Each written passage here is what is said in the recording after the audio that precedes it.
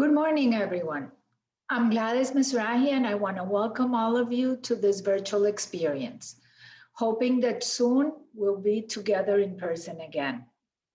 This year has been especially challenging for those women in the front lines, battling a global pandemic, women that had to endure strenuous conditions in the fight to save lives, keep food on our tables, and continue to go beyond the unexpected.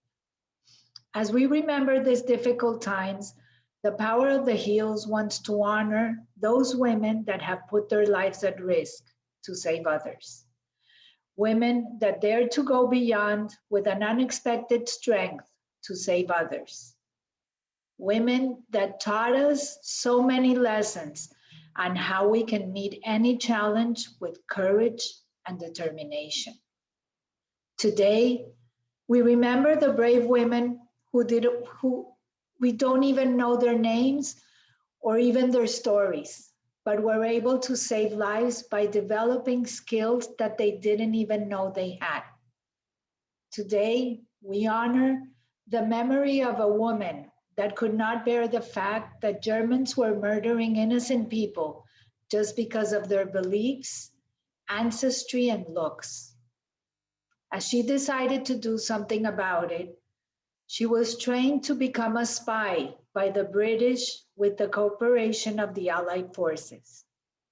Nancy Wake, known as the White Mouse, was the most wanted person by the Gestapo.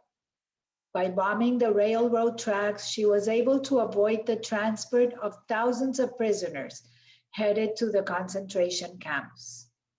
She has now been the most decorated woman from World War II. Women like Emmy Noether, who revolutionized physics and was called by Albert Einstein a mathematician genius.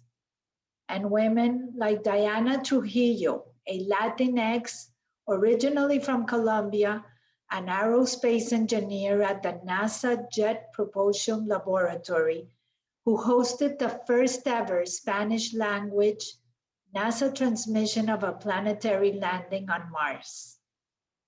Today, we also remember those that the world has not recognized because they were women, those that contributed to major discoveries but were forgotten. Today, we ask ourselves, what would have happened if Albert Einstein was a woman? Matilda Jocelyn Cage decided to expose those that were denied all the scientific breakthroughs and inventions made by women. In 1983, she started a movement called No More Matildas, referring to those that were invisible to the world just because of their gender. There's so many women that have gone beyond and were able to conquer the unexpected, and it would be impossible to recognize them all, but we can honor them with a tribute to courage, resilience, persistence, and determination. Today, that honor is for women in our time that have the courage to go beyond. By working with 12 women's organizations, we were able to change the lives of those girls that will soon be able to go beyond. Each one of these organizations has a vision, and we are all linked together by the will to help women to be braver, stronger, smarter, and beautiful. With a vision of educating the next generation to be self-sufficient, financially secure, emotionally healthy, and disruptive thinkers, the Power of the Heels Foundation thanks all of those who are supporting this cause.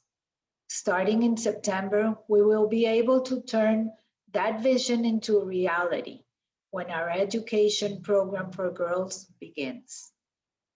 I want to give a special thanks to our supporters because without them, this will never be possible. This program has been presented by Israel Bonds, powered by Effect TV, a Comcast company, and empowered by the Women's Choice Awards. Our media partners, community newspapers, and South Florida PBS, thank you for being our voice. With a co-production by Indigo Events and RPTV, we hope that we are able to bring you a more personal connection than just another Zoom call. Because if there is one thing that this pandemic has taught us is that nothing is permanent except change. Thank you, be well, and above all, be safe.